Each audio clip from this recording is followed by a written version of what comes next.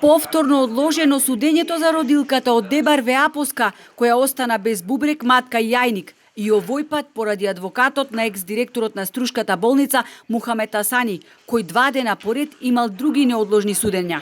Веапоска уморна и гневна од бесконечното одложување на рочиштата и одолговлекување на судскиот процес, кој навлегува во 4-та година откако почна, а постои опасност да застари. Најавува протест пред основниот суд во Струга, кој ќе трае секој ден од 8 до 16 часот, се додека не заврши судењето и не се донесе пресуда.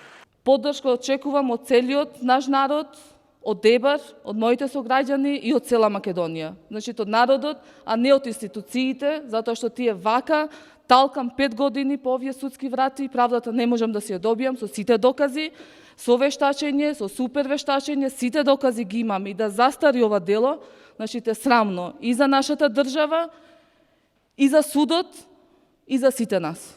Од април 2024 до сега е одржано само едно рочиште, што значи година и 7 месеци се наоѓаат изговори и причини за одлагање.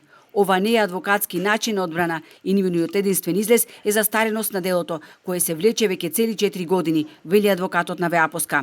Во последните неколку одлагања одбраната на обвинетиот тврди дека имале притворски предмети. По овој начин ми укажува дека или сите клиенти на тие бранители се во притвор, што не укажува за нивниот квалитет на одбрана, или пак целокупниот криминал во Западна Македонија се наоѓа во притворските оделенија на Битола и Скопје. Судијата кој го води предметот уверува дека нема да дозволи да застари делото и дека рочиштата ќе ги закажуваат ден за ден се додека не се одржат.